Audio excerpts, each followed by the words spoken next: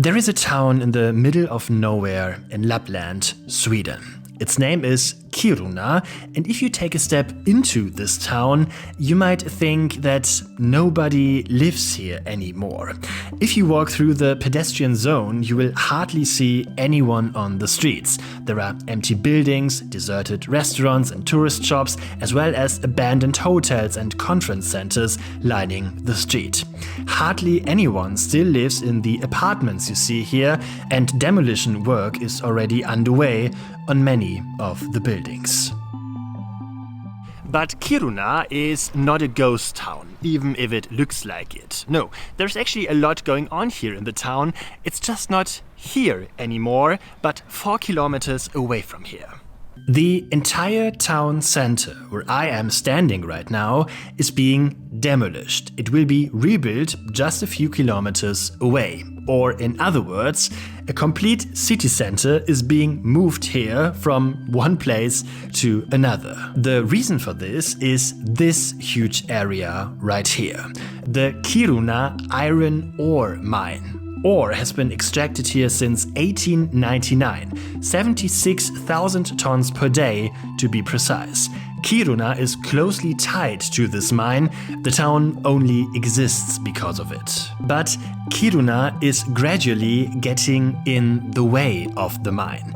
Cracks were discovered in houses here many years ago, and the ground beneath the town is starting to sink. Then, in 2023, also rare earth elements were discovered here, which will further increase mining activity in this area in the coming years. And Kiruna is in the way. To make it short, the old Kiruna is doomed. In 2035, the entire move from the old to the new place is to be completed, and work is already in full swing. What I would really like to know today is, how do you actually do something like that? How do you move large parts of a city from one place to the other, and what difficulties arise along the way? Well, that's what we're going to find out today on a short city tour through the old, but also the new Kiruna.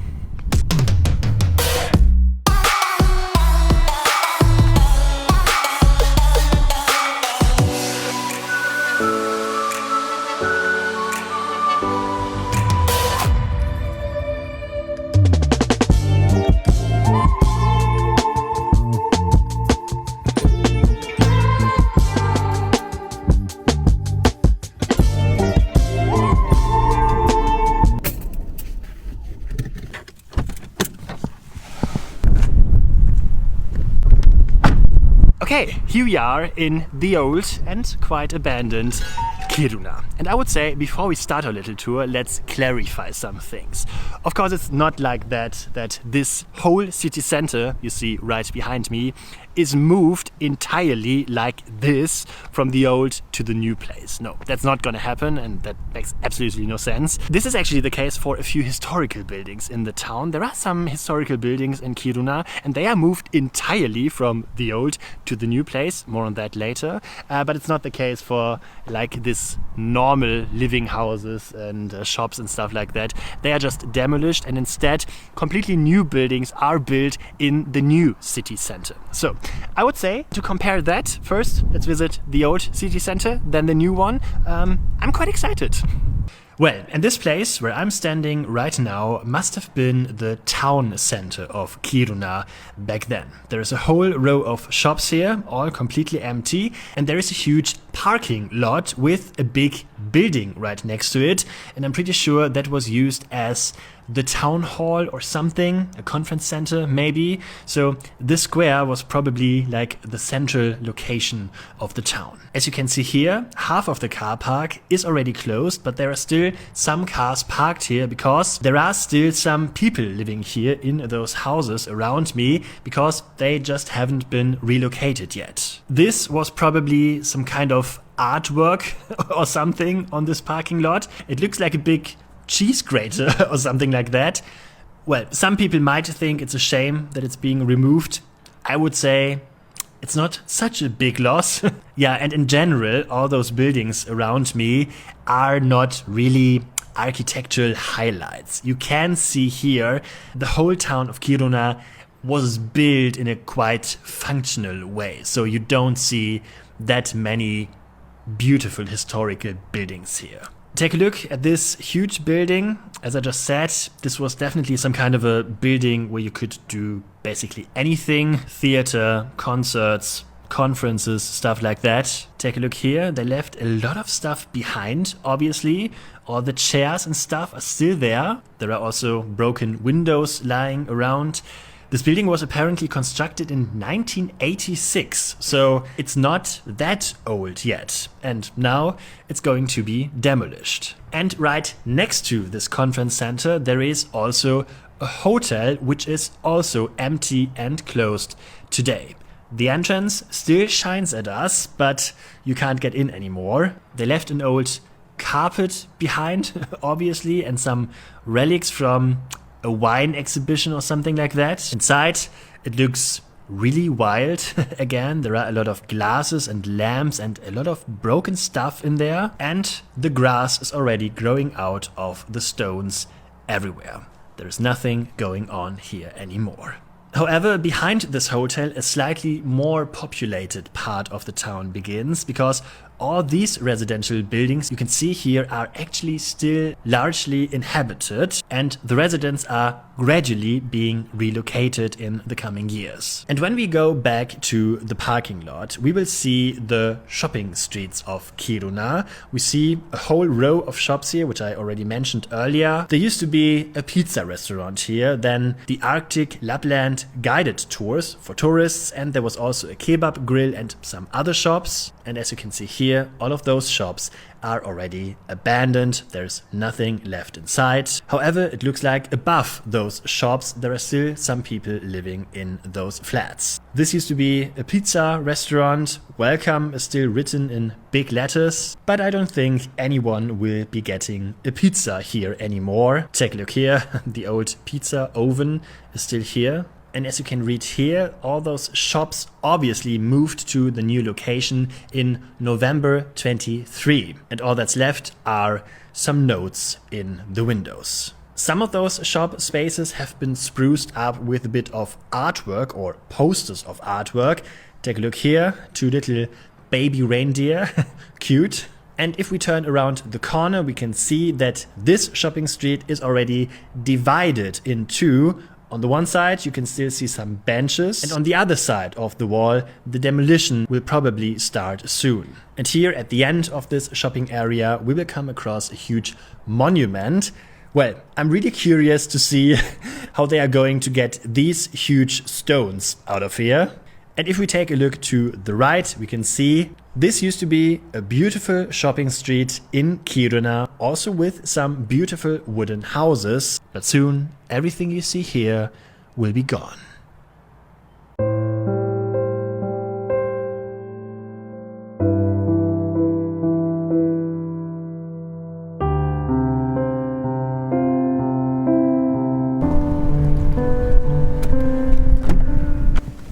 Well, and that's the old Kiruna. Yeah, it was quite interesting and quite exciting to walk around here, but also kind of a strange feeling. I don't know, it's quite strange to walk around a town that you can't visit twice, because next time I'm here, it's gone. Anyway, now let's drive to the new Kiruna and let's have a look. I'm really excited if it's just a completely new town or if they kept some like style elements of the old one. I don't know. Let's have a look. But while I'm driving there, maybe let's first answer the question, how does this whole process actually work? How do you tear down an entire town, or at least parts of a town, and move them to a completely new place? Turns out it's actually quite complicated. The first cracks in the center of Kiruna were discovered back in 2004. This triggered a major alarm and set in motion the planning for the city's relocation. Of course, you can't simply load a city onto a lorry and move it to a new location. That's why the city planners, the municipality, together with the mining company LKAB, decided on a step-by-step approach. One street after another is being relocated. The relocation has been underway since 2014. To manage it, Kiruna was divided into various districts where the ground could become unstable by 2035. The most urgent areas came first, namely those closest to the mine. Since then, a new area has been relocated each year. Just over a third of the residents have to pack up. That's around 6,000 people.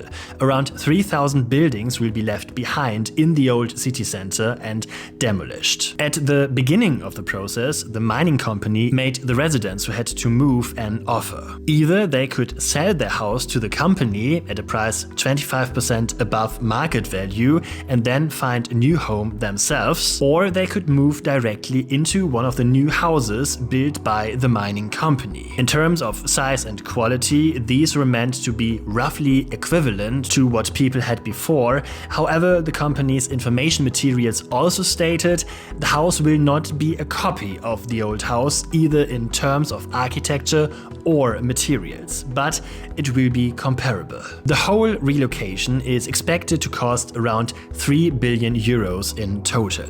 The largest share, 1.8 billion euros, is being paid by the mining company. After all, it is the reason for the relocation. The Swedish state is contributing 750 million euros for infrastructure, private companies are paying around 250 million, and EU funds are adding about 30 million euros. And what do the residents think of this whole project? Well, LKAB is not only organizing the move, it's also the town's main employer. In other words, the town exists because of the mine, and the mine also needs the town. That means the alternatives to relocating are fairly limited. However, today, 10 years after the process began, also clear criticism of the mega project is emerging. Anthropologist Elisa Maria Lopez has accompanied the relocation since 2013 through academic interviews and published her findings in a paper of 2024. People told her the old town had felt more handmade. Now everything is planned out and the new town center feels cold. There is also criticism of the communication and claims that the public was not involved as much as had been promised at the start. In various studies on Kiruna, residents have also expressed concern that even the new houses might one day be in the way of the mine and that everything could then start all over again. Organizers, however, state that this relocation will secure Kiruna for the next 100 years. Still, many residents remain skeptical. And there is yet another conflict that accompanies this relocation. Centuries before Kiruna even existed, the Sami, the indigenous people of northern Scandinavia, led their reindeer herds through this region. Even the name Kiruna has roots in that time. The land around the town is a traditional area where the reindeer graze in winter. The migration routes of the herds are a central part of Sami culture. Even before the relocation, their routes were fragmented by the mine and the railway. Now, the Sami parliament fears that the entire city project and the mining of rare earth elements could bring the reindeer migration to a complete halt, thus preventing Europe's only indigenous people from exercising their rights.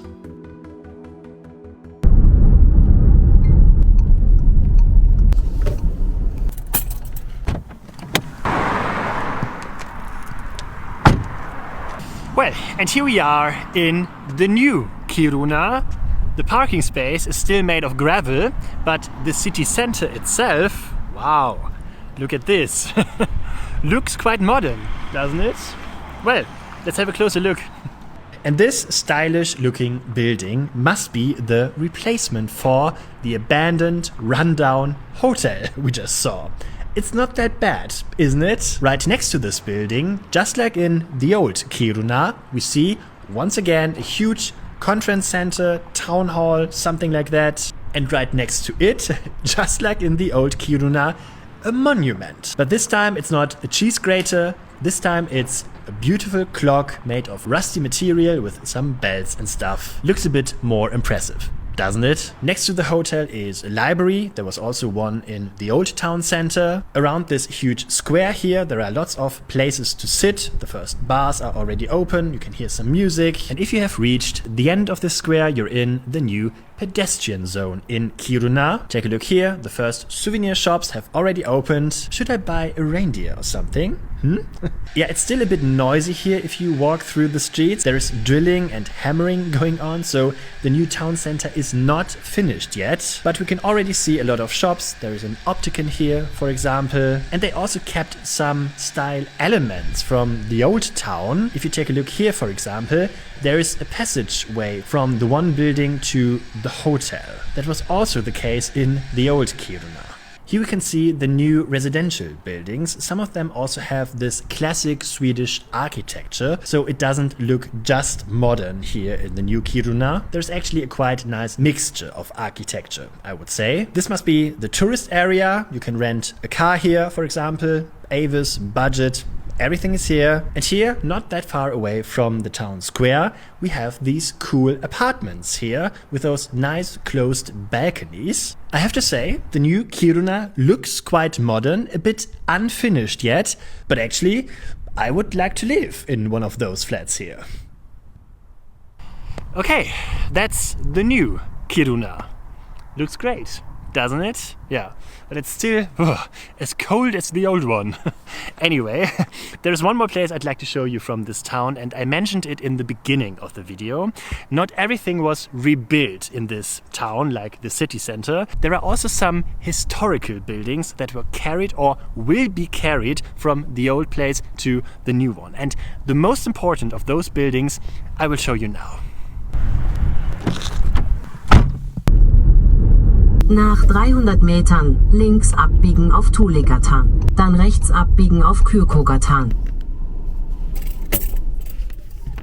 Well, what you can see right behind me is the old historic church of Kiruna, built in the year 1912, which means more than 100 years. This building was standing right at this place, but not anymore, because the whole historic building will be carried to the new place.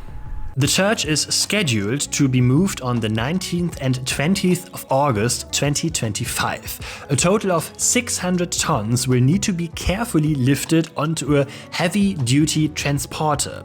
It will be the largest building moved in one piece during this whole relocation process. The church must travel 5 kilometers all the way around Kiruna without so much as a scratch. In preparation, the entire route has been rebuilt over the past year.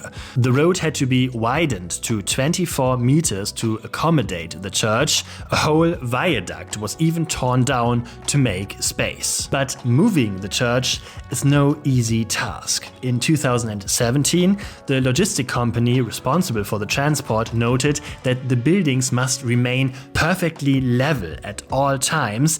Any tilt could cause cracks in the old timber structure. What's more, the red church currently sits atop a hill, making the move especially risky. The church's new location, by the way, has been chosen with care. It will stand between the cemetery and the new town center. The church is one of 12 buildings being relocated intact from the old town center to the new one.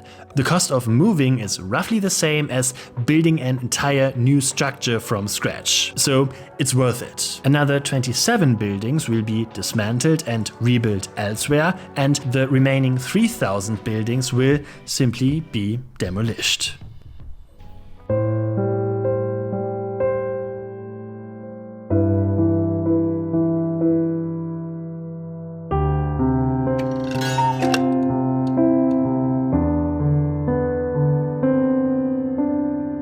So here we are, I'm back from Kiruna. That was my video. And as you can see, I booked a little cabin right next to a lake here, not far away from Kiruna. It's quite idyllic, yeah, I really like it. And if you liked my video, then please leave a thumbs up. You can also hit the subscribe button and ring the bell so you won't miss any upcoming video. And if you'd like to support me and my work, you can also do that, for example, on Patreon. There's a link down in the description, or you can become a channel member on my YouTube channel. Then you will get videos before everyone else and exclusive stuff. For example, I could tell you what kind of cabin this actually is if you want to do like a Lapland road trip yourself. Yeah, maybe you should become a Patreon or a channel member. You should check that out. So that's it for today. Have a safe journey. See you next time.